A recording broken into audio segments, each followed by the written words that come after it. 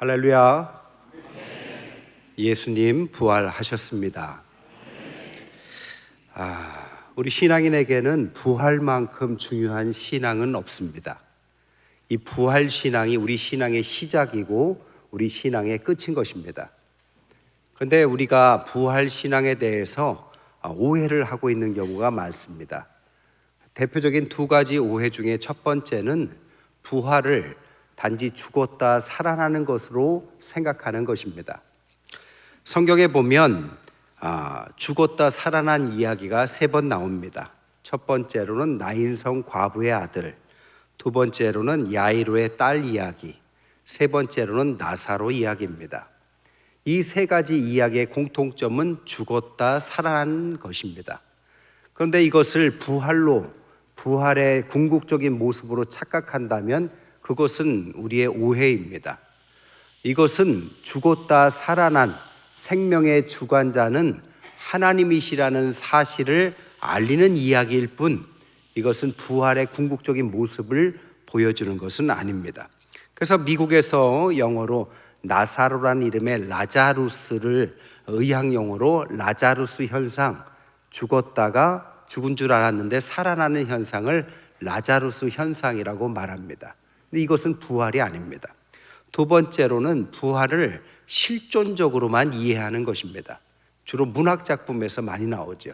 그러니까 부활을 죽었다가 살아나는 역사적 현실로 보는 게 아니라 우리 정신적인 어떤 부활, 사랑에 의한 갱신 이런 거를 부활로 생각하는 거죠. 대표적인 게 톨스토이의 부활입니다. 바로 문학적인 이야기죠. 결국 사랑이 인간을 구원한다라는 주제를 드러내기 위해서 부활이라는 제목을 썼을 뿐 여기서 말하는 부활은 성경에서 말하는 부활은 아닙니다. 그럼 우리가 믿어야 될 부활은 뭘까요? 우리가 질문해야 될 부활이기도 합니다. 나는 정말 부활하는가? 우리는 어떻게 부활하는가? 이게 우리가 성경을 통해서 배워야 할 부활 신앙입니다. 예수님처럼 우리도 부활할 것입니다. 예수님의 부활이 단지 예수님의 부활로 끝나는 것이 아니라 바로 우리도 예수님처럼 부활한다라는 것이 성경의 가르침입니다. 자, 그럼 성경은 부활 신앙을 어떻게 가르치느냐? 첫 번째, 성경의 부활은 앞서 말씀드린 것처럼 죽었다 단순히 살아나는 나자로스 현상을 말하는 것이 아닙니다. 오히려 애벌레가 나비로 변하듯이 완전한 변화를 전제하고 있습니다. 전혀 다른 생명체로의 부활을 보여줍니다. 복음서를 가만히 읽어보면 부활의 이야기가 일목요연하지 않고 굉장히 서로 다른 이야기를 하고 있는 것을 알 수 있습니다. 마태복음에 보면 여자들이 만나고 갈릴리로 가서 거기서 11제자를 만나는 이야기입니다. 마가복음에는 막달라 마리아를 만나고 2제자를 만나고 11제자를 만나고 주님께서 승천하십니다. 누가복음에서는 엠마오의 2제자를 만나는데 못 알아보고 11제자를 만나서 확인시킨 후에 베다니 앞에서 승천하십니다. 요한복음에서는 막달라 마리아가 예수님의 모습을 동산지기로 착각하는 장면도 나옵니다. 또한 제자들을 만나서 도마에게 자신의 부활을 확신시켜주고 시몬 베드로에게 내 양을 먹이라는 명령을 주십니다. 사도행전에서는 부활 후 40일간 활동하시다가 감람산에서 승천하십니다. 고린도전서에서는 게바와 12제자를 뿐 아니라 500여 제자들에게 부활의 모습과 승천의 현장을 목격하게 하십니다. 정리해보면 예수님을 유령으로 생각한 사람도 있고 실제 생전의 모습을 못 알아본 사람들로 있는 걸로 봐서 외형이 변형된 것처럼 느껴집니다. 그리고 예수님께서 인간의 몸처럼 어느 곳에서 어느 곳에 가는데 시간이 걸리는 것이 아니라 시공간을 초월해서 이쪽에 계시다가 저쪽에 계시다를 막 이동을 합니다. 그렇다고 해서 예수님의 모습에 실체가 없었느냐? 그것은 아니었습니다. 실체는 있었지만 살아계실 때 예수님과는 좀 다른 모습, 즉 부활 후의 모습은 이전에 잠깐의 가사 상태가 회복된 다시 옛날로 돌아가는 것이 아니라 전혀 다른 생명체로의 변화를 전제하고 있다는 것입니다. 또한 성경에서의 부활은 죽음을 전제로 한 부활입니다. 죽음을 거치지 않고 부활에 이르는 법은 성경에서 가르치고 있지 않습니다. 고린도서 15장 13절에 죽은 자의 부활이 없다면 그리스도가 다시 살아날 리가 만무하지 않느냐라고 말씀합니다. 죽은 자, 그리고 거기에서부터의 보편적인 부활이 성경이 가르치는 부활입니다. 그렇기 때문에 우리가 이 부분에서 과학적인 잣대를 대기가 힘이 드는 거죠. 현대 과학에서는 모든 것을 풀어내고 싶어 합니다. 그래서 죽음 이후의 세상, 천국, 이런 것들을 과학적으로 설명하려고 하고 영화화도 많이 됩니다. 대표적인 영화가 인터스텔라죠. 그 영화에 보면 딸을 떠난 아버지가 전혀 다른 차원에서 존재하면서 딸과의 소통을 시도하는 장면이 나옵니다. 그것은 과학적으로 더 다른 세상의 차원이 있고 그 다른 세상의 차원이 천국은 아닐까라는 질문에서부터 시작하는 거죠. 근데 그것은 영화일 뿐입니다. 그것은 죽음을 넘어선 부활을 전제하지 않고 있기 때문입니다. 죽음을 넘어서야만, 죽음이라는 문의 손잡이를 열고 넘어서야만 거기에 부활의 실체와 하나님의 세상의 실체가 있는 것이라고 성경은 가르칩니다. 그렇기 때문에 성경은 죽음이 끝이 아니고 새로운 차원을 여는 문이다라고 말하는 것입니다. 그러나 문제가 있습니다. 새로운 차원의 생명으로 변하고 새로운 죽음을 넘어선 세상을 넘어간다면 우리가 죽지 않고 어떻게 그 세상을 알 수 있을까요? 죽어야만 그 세상으로 갈 수 있다면 죽지 않고서는 알 수 없고 그 사실을 죽고 나서 안다 할지라도 다시 세상에 알려줄 수 없다라는 딜레마에 쌓이게 되는 거죠. 즉 죽은 자는 말이 없는 겁니다. 그러나 죽지 않고서는 알 수 없는 겁니다. 알아도 가르쳐 줄 수가 없습니다. 그런데 어떻게 죽음 이후에 부활과 하나님의 나라의 실제를 우리가 알 수 있을까라는 질문이 생길 수밖에 없는 거죠. 그래서 부활신앙의 전제는 뭐냐? 하나님이라는 존재에 대한 믿음에서부터 시작하는 것입니다. 사실 하나님이라는 존재도 마찬가지죠. 하나님이 계시지만 하나님의 존재를 어떻게 우리가 증명해낼 수 있을까요? 계시긴 계시는데 증명할 수 없는 하나님, 이 문제와 계신다고는 하지만 알 수 없는 이 부활과 이 천국의 실제는 사실 비슷한 면이 있는 거죠.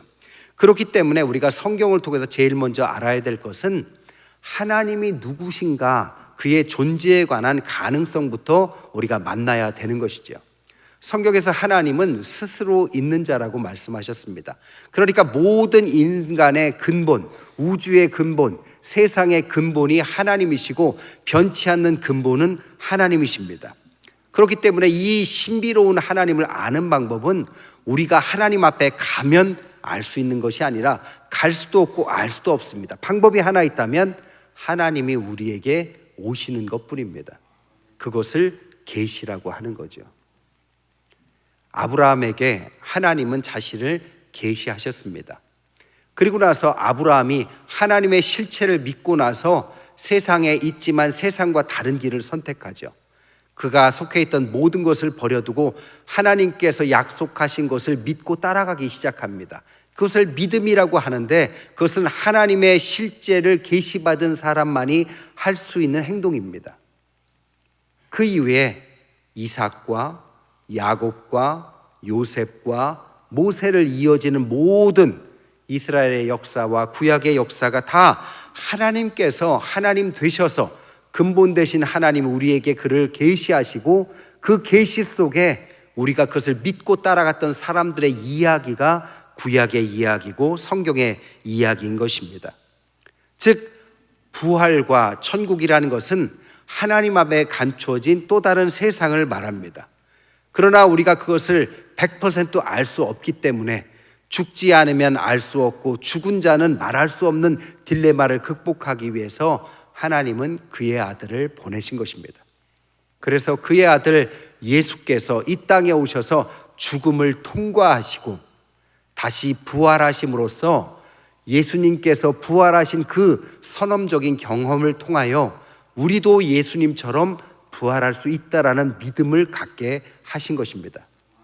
단지 예수님의 부활이 예수님으로만 멈추는 것이 아니고 그냥 신적인 능력을 보여준 것이 아니라 바로 우리가 가야 될 길에 하나님을 알고 하나님의 아들이 죽고 부활한다라는 이 딜레마를 해결하시고 보여주심으로써 우리도 알 수는 없지만 주님을 통하여 믿게 되는 그 길, 그것이 성경이 말하는 부활이고 그것을 믿는 사람들이 가는 길이 부활 신앙의 길이다라는 것입니다. 여러분, 죽으면 딱딱한 시체는 사물이 돼버립니다. 그러나 죽음이 사물로 끝나는 것이 아니라 주님의 생명이 들어가서 부활을 한다면 사물이 생명이 되고 거기에는 하나님의 영혼이 깃드는, 하나님을 만나는 놀라운 은혜가 깃들어서 이것을 부활의 능력이라고 말하는 거죠. 오늘 본문 골로새서는 바로 이 부활 신앙을 가지고 하는 이야기입니다. 골로새 교회의 근본은 영지주의자들의 도전이 있었습니다. 영지주의자들은 삶과 영혼을 분리해냈습니다. 한마디로 말하면 집에서 기도만 하면, 영적인 것만 추구하면 모든 것을 이루어질 것 같다라는 그런 것들을 가르쳤습니다. 그러나 그것에 대한 반론으로 쓴 것이 골로새서입니다. 그런데 그 골로새서에 오늘 말하기를 뭐라고 하느냐? 위의 것을 찾아라, 땅의 것을 생각하지 말라라고 말하죠. 언뜻 보면 굉장히 영적인 것만 추구하라는 것처럼 보이지만 이것은 앞서 말씀드린 것처럼 부활신앙을 전제하고 말씀하는 구절입니다. 그러니까 위의 것을 찾으라는 것은 제테오, 얻기 위해서 애쓰라는 것은 뭐냐? 부활의 신앙을 가지고 이 땅에 살지만 이 땅의 것에 속하지 말고 하나님께서 죽음 이후에, 아니 죽음 이후에도 영원히 이어질 하나님의 세상이 있다라는 사실에 고차원적인 것들을 믿으라는 것입니다. 그 믿음이 있어야만 땅의 것, 프로레오, 땅의 것을 마음에 두고 끌려다니지 않는 진짜 신앙의 길로 갈 수 있다는 것을 말하는 거죠. 이것을 영적으로만 생각하라는 것이 아니라 우리가 이 땅에 살아가지만 이 땅에 속한 것이 아니라 부활 이후의 삶, 예수님의 부활과 그 신앙으로 덧입은 사람은 이 땅의 저차원적인 땅의 모든 먹고 마시고 살고 출세하는 것에만 온통 정신을 뺏기지 말고 영원한 세상이 있고 그 세상에 하나님께서 알려주시고 바꾸시고 가르치시고 변화시키기를 원하는 그것을 이 땅에서 꿈꾸고 따라가라는 비전을 말씀하고 있는 것입니다. 요나는 선지자였지만 땅의 것만 생각했죠. 그의 민족의 아픔 때문에 니느웨로 가라는 하나님의 명령을 거부합니다. 그러다가 물고기 뱃속을 경험하죠. 죽음입니다. 죽음을 경험하고 나서 그는 특별한 고백을 합니다. 요나서 2장 8절에 보니까 거짓되고 헛된 것을 승상하는 모든 자신을 말하는 거죠. 에게 그들은 주께서 베푸신 은혜를 버렸다. 그러나 유자 2장 9절에 보면 나는 감사하는 목소리로 주께 제사를 드리고 나의 서원을 주께 갚겠다. 이 땅의 저차원, 땅의 것을 넘어서서 이제 비로소 민족의식이나 땅의 어떤 정적인 것들을 넘어서서 하나님의 뜻을 따라가는 신앙을 고백하게 됩니다. 그러면서 구원은 하나님께 속한 것이다 라고 할 때 2장 10절에 물고기가 그를 토해내는 부활을 경험하게 됐다라는 것입니다. 그 부활 신앙이라는 것, 이 땅에 살지만 이 땅에 속해 사는 것이 아니라 이 땅을 넘어서는 사람으로 살도록 하는 것을 요나서에는 이렇게 표현해 놓으신 거죠. 컴퓨터가 있어요. 저도 노트북 컴퓨터가 있는데요. 컴퓨터를 그냥 기계로만 쓴다면 타자나 몇 가지 프로그램을 응용하는 것에 지나지 않을 겁니다. 그러나 제 노트북은요, 인터넷이 연결되어 있어요. 광 케이블이 연결되어 있어서 컴퓨터를 통하지만 컴퓨터를 통한 세상은 그 컴퓨터 내부에 있는 부품 안에 한정된 것이 아니라 온 인류와 연결되어 있습니다. 그 세상이 기계 안에 들어간 건 아니지만 그 기계를 통해서 온 세계와 연결된 것처럼 우리가 육신이라는 몸에 제한되어 살아가지만 이 육신의 삶, 육신의 뇌가 가르치는 아니면 우리가 개스하는 모든 세상이 전부가 아니라 하나님은 저 하늘의 부활과 연결하여서 우리가 온 인류와 온 우주까지도 연결될 수 있는 놀라운 능력을 주시고자 하는 것이 부활 신학이라는 것입니다. 요한 웨슬레는 옥스퍼드 출신의 엘리트였습니다. 그가 너무나도 성경 지식이나 세상 스펙이 괜찮았어요. 자신만만해서 미국의 조지아에 선교를 하러 갑니다. 사람들이 자신의 설교만 들으면 다 돌아올 것처럼 착각했지만 보기 좋게 실패를 합니다. 심지어 스캔들까지 나서 쫓겨가듯이 고향으로 돌아와요. 그의 능력으로는 이 땅에 가지고 있는 육신의 능력으로는 더 이상 아무것도 할 수 없었습니다. 근데 배를 타고 오다가 폭풍우를 경험하고 죽음을 맞이합니다. 물론 죽진 않았지만 죽음 앞에서 그는 새로운 신앙의 가능성을 읽습니다. 그리고 후에 그는 올더스게이트에서 진정한 부활 신앙을 알게 됩니다. 그때부터 그가 그의 인생에 배웠던 것에 한정되지 않은 특별한 능력이 발휘되기 시작해요. 성공회를 넘어서 오늘날 성결교의 근본이 된다라는 감리교도, 나사렛 교단도, 순복음도 다 여기서부터 시작합니다. 하나의 교회가 아니라 여러 개의 교단을 만들 만큼의 충분한 신학과 능력을 보여줍니다. 우리가 목장 모임이라고도 하고 순모임이라고도 하고 구역 모임이라고도 부르는 이 속회가 바로 이 웨슬레가 시작한 것입니다. 그런 아이디어를 하나님께서 주십니다.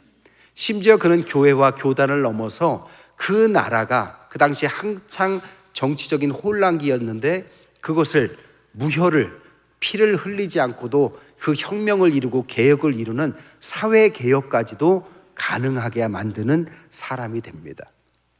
개인의 능력이었을까요? 아니죠. 바로 광 케이블에 저 인터넷으로 연결된 무한한 세상처럼 한 인간을 넘어선 바로 부활 신앙이 주는 능력이었습니다. 이게 부활 신앙입니다. 여러분, 우리는 질문해야 합니다. 주님이 부활하셨다면 나도 부활할 것입니다. 만약에 이 부활 신앙을 이 땅에서 소유하지 못한다면 우리가 단지 이 땅에서 조금 더 잘 사는 것에 목적을 둔다면 그것은 실현 가능하다 할지라도 그것은 땅의 것에 지나지 않을 것입니다.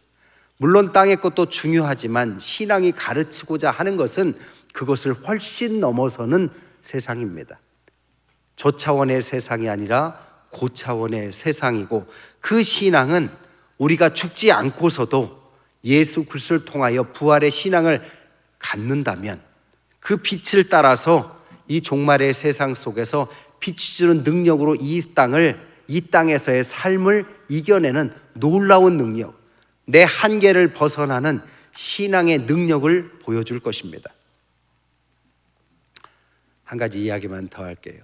얼마 전에 일본에 갔습니다. 순교지를 갔어요.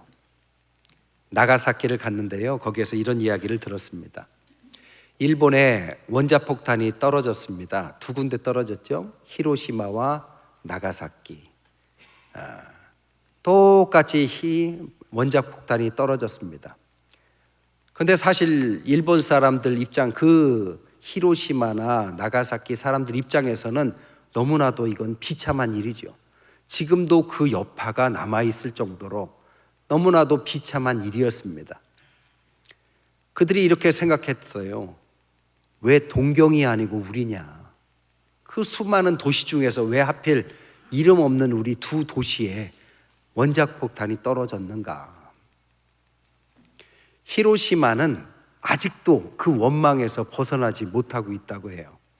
왜 우리였냐? 이 피해가 대대손손에 이렇게 일어나서 정말로 너무나도 억울하다는 생각을 지금도 가지고 있다고 합니다. 그런데 나가사키는 지난번에 말씀드렸듯이 그곳은 순교자들의 도시입니다. 지금도 일본 크리스찬의 가장 근본되는 도시가 나가사키입니다. 나가사키에 폭탄이 떨어질 때 어디에 떨어졌느냐? 공교롭게도 나가사키에 있었던 그 당시 일본에서 제일 큰 성당 앞에 떨어집니다. 그때 미사 드리고 있었던, 예배 드리고 있었던 수많은 사람들이 즉사했습니다. 그러면 그들도 그 문제에 하나님이 계시다면 왜 하필 예배 보는 우리가 있는데 떨어뜨리십니까? 라고도 말할 수 있고, 왜 도쿄가 아니라 우리입니까? 라고도 말할 수 있는데, 그들은 지금 뭐라고 하느냐? 우리가 제국주의를 꿈꿨고 전 세계를 욕심부렸던 일본의 희생 제물로서 하나님이 우리를 택하신 것이다 라고 생각한다고 합니다. 그리고 그것을 받아들이고 누구도 지금도 그 문제를 가지고 원망하는 사람은 아무도 없다고 합니다. 똑같은 곳에 똑같은 일이 일어났지만 신앙이 있는 사람과 없는 사람, 부활을 생각하는 사람과 그렇지 않은 사람은 이렇게 전혀 다른 인생을 살아가는 것입니다. 얼마 전에 후배 목사님이 돌아가셨어요. 돌아가신 장례식장에 가보니까 젊은 목사님이 한창 때인데 하나님 품으로 가셨습니다. 가족들은 정말 너무나도 힘든 상황이고 뭐라고 말할 수 없는, 위로할 수도 없는 상황이었습니다. 그러나 그곳에서 우리는 부활의 신앙을 보았습니다. 그들은 하나님의 세계로 먼저 들어갔다라고 우리는 믿습니다. 그리고 가보진 않았지만 부활 신앙을 통해서 그들을 어렴풋이나마 인식할 수 있는 믿음을 우리는 갖고 있습니다. 그래서 안타깝고 위로가 필요하지만 거기에서 멈추는 것이 아니라, 원망으로 끝나는 것이 아니라 또 다른 세상을 꿈꾸는 사람들의 힘이 그곳에서 느껴졌습니다. 여러분, 부활, 천국은 죽음으로만 들어갈 수 있습니다. 그러나 살아서도 우리는 그 빛을 통해서 우리는 그 세상을 엿볼 수 있습니다. 그것이 우리가 믿는 신앙이고 부활 신앙입니다. 하나님께서 우리에게 오셨습니다. 우리는 그분께 들어가는 그 빛을 따라 들어간다면 확실하게 우리가 모든 것을 알 수는 없지만 어렴풋하게나마 하나님께서 주시는 부활의 능력을 맛보게 될 것이고, 그것이 오늘 처한 우리의 현실을 넘어서는 고차원적인 우리의 삶으로 이끄실 줄 믿습니다. 부활 주일입니다. 진정한 부활 신앙을 통하여 이 땅에 살아가면서도 정말 하나님의 귀한 백성으로 살아가시는 저와 여러분 되시기를 주님의 이름으로 간절히 축원드립니다.